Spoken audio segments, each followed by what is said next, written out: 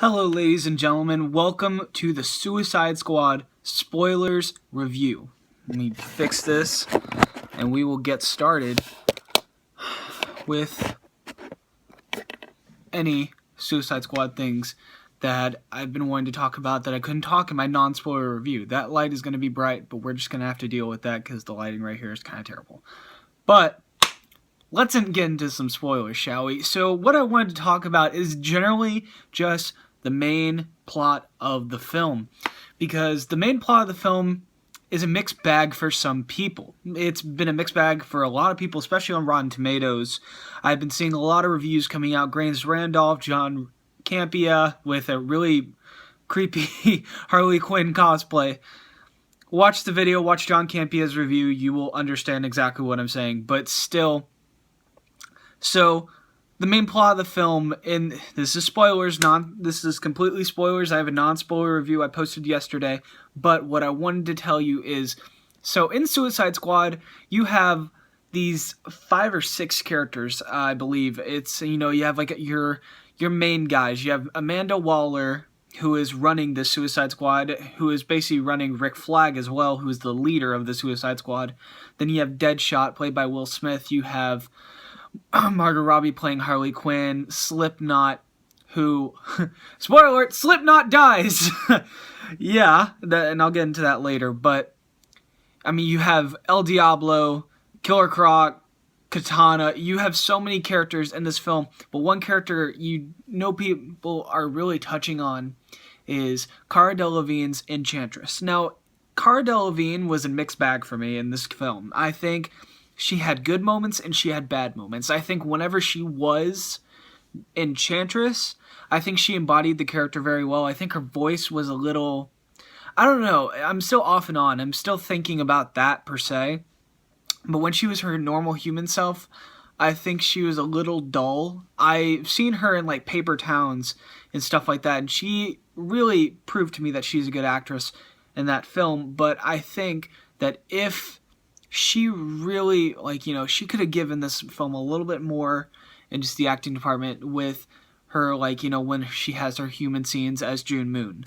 Now, with that said, the main plot, she is the main villain. It is revealed in the film that she is the main villain. You see it kind of in the trailers, but I didn't want to spoil it for anyone who didn't know because it is not made very clear who the main villain actually is. And honestly, the whole plot point with the villains I think is very weak, but the reason why it does not bother me is because whenever you see June Moon and you see June Moon and Rick Flag's relationship, and then you see that kind of progress, I noticed that this film is going to have a very hollow plot. It's going to have a very hollow plot, and sometimes a hollow plot can really destroy your film.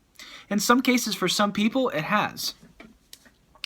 But in my personal opinion, this film, the hollow plot just kind of lets the characters breathe. I liked how Harley Quinn I like how whenever she gets thrown out of the plane by the Joker, she snaps because her pudding's dead, so she figured might as well go save him. And honestly, I did enjoy that aspect of the film. I think that there were scenes where they just have small character moments, like especially the bar scene, which was funny, but also very touching, especially with the El Diablo scene talking about how his family got murdered.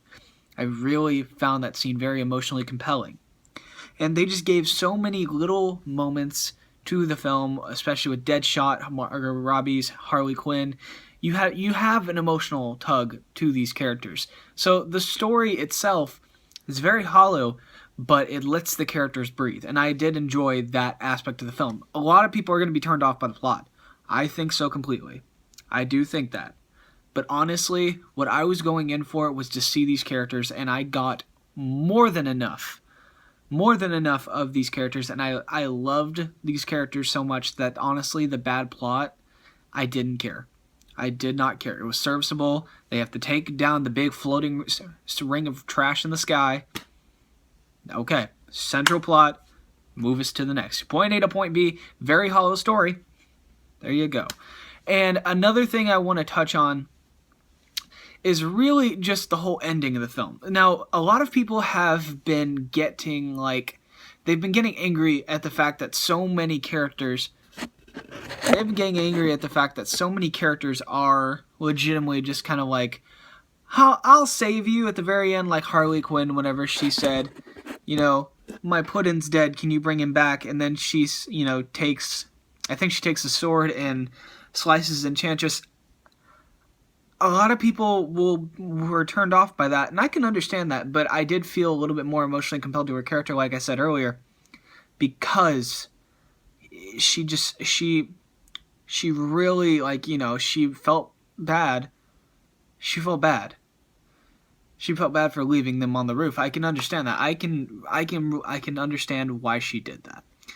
And another thing about the film is some characters do get shadowed. Okay, I will give you this. And Slipknot, you see him in a lot of the just stuff I told you earlier. He dies. He tries to escape.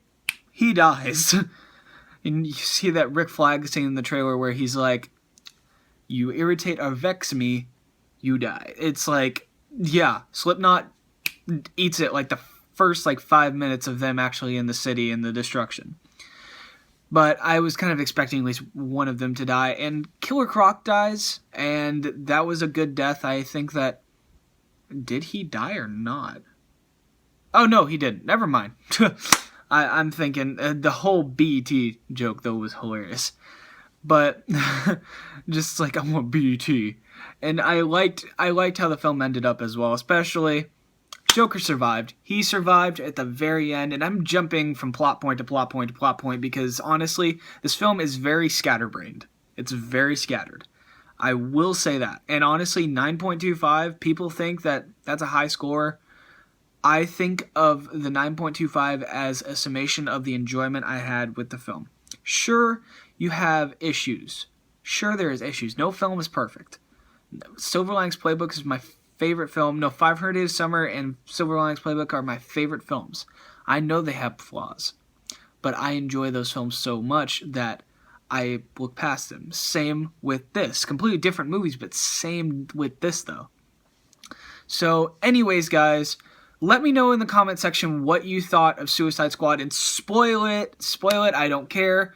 Do whatever you feel is necessary for this film. So, spoil it, hate on it, love on it. Don't hate on my backgrounds. Just watch the dang movie. Tell me what you thought. I'm Zach.J Reviews, and as always, adios, muchachos.